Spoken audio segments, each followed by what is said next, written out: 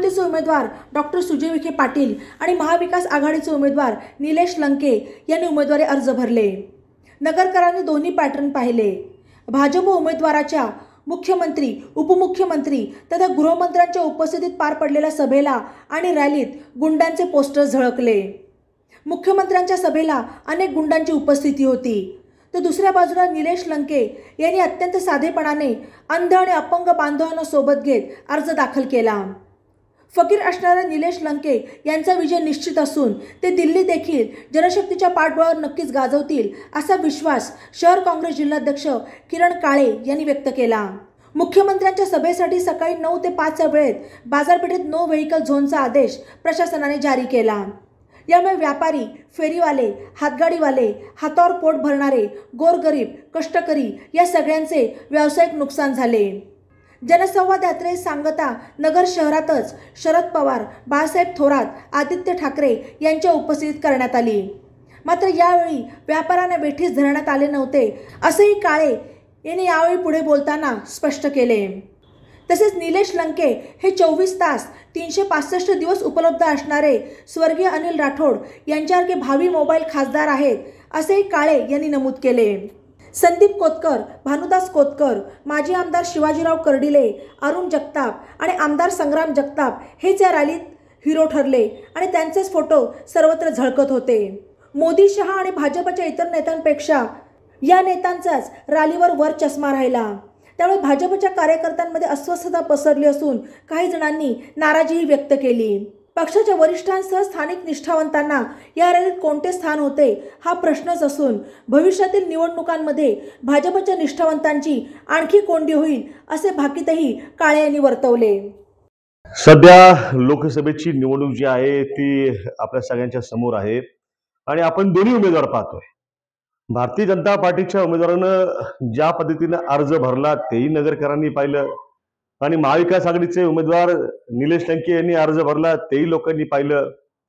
खरं तर मुख्यमंत्री, उपमुख्यमंत्री तथा गृहमंत्री आणि पालकमंत्री त्याचबरोबर काही आमदार हे त्या ठिकाणी भारतीय जनता पार्टीच्या उमेदवाराच्या अर्ज दाखल करण्यासाठी नगर शहरामध्ये आले होते। रॅली निघाली आणि त्या ठिकाणी सभा झाली।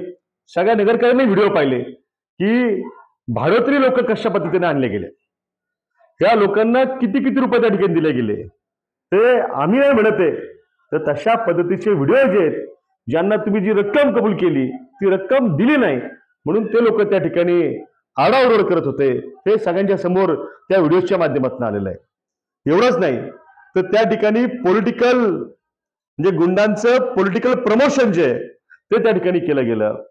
नगर शहरामध्ये आणि तालुक्यामध्ये शोधा पॅटर्न जो आहे दहशतीचा, सोयरादारांचा दहशतीचा पॅटर्न, हा पॅटर्न त्या ठिकाणी पाहायला मिळाला। जर रॅलीचं बारकाईने निरीक्षण केलं तर लक्षात येईल की हातामध्ये पोस्टर्स, कुणाला बॉस म्हणजे आता फक्त यांच्या हातात बंदुका द्यायच्या बाकी होत्या, अशा पद्धतीचं प्रमोशन। अनेक गुंड या मुख्यमंत्री आणि गृहमंत्र्यांच्या उपस्थितीत झालेल्या रॅलीमध्ये सभेला त्या ठिकाणी उपस्थित होते की ज्यांच्यावरती हत्याकांड, त्याचबरोबर जिल्हा पोलीस अधीक्षक कार्यालयावरचं हल्ला प्रकरण असेल, दहशत करणं असेल, धमकावणं असेल, ताबेमारी असेल, ज्यांच्यावरती तडीपारीचे गुन्हे दाखल झालेत असे काही गुन्हेगार असतील, या सगळ्यांचा बोलबाला त्या ठिकाणी भारतीय जनता पार्टीच्या उमेदवाराचा अर्ज भरताना डॉक्टर सुजय विखे पाटलांचा पाहायला मिळाला। आणि एवढंच नाही तर व्यापाऱ्यांमध्ये प्रचंड नाराजीची लाट त्या ठिकाणी होती।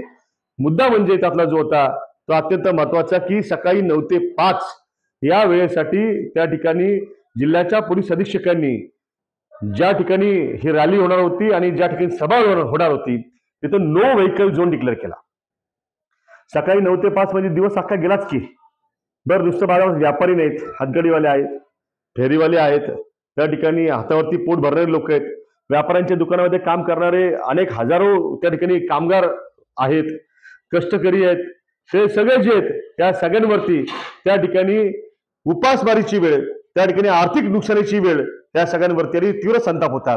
म्हणून त्या ठिकाणी महाविकास आघाडीचे उमेदवार डॉक्टर निलेश लंके यांचा अर्ज भरताना आम्ही भूमिका घेतली, स्वतः उमेदवाराने भूमिका घेतली की अर्ज साधेपणाने भरायचा, त्या ठिकाणी कोणताही बडेजावपणा करायचा नाही।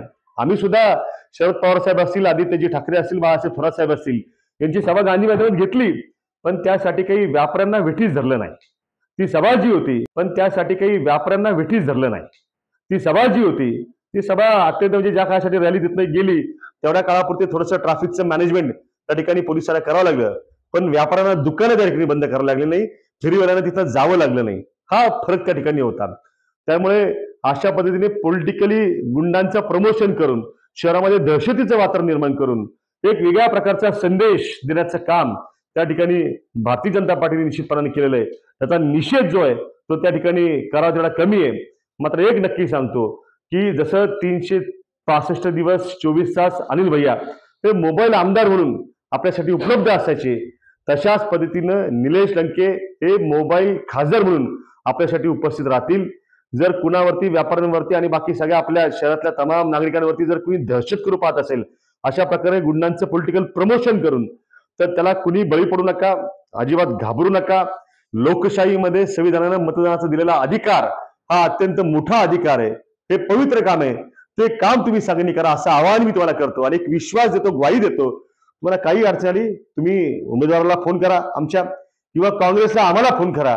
आम्ही निम्म्या रात्री त्या ठिकाणी तुमच्या पाठीशी उभे राहू. लेटेस्ट बातम्यांसाठी ई नवा मराठा यूट्यूब चॅनलला सबस्क्राईब करा आणि बेल आयकॉनवर प्रेस करा.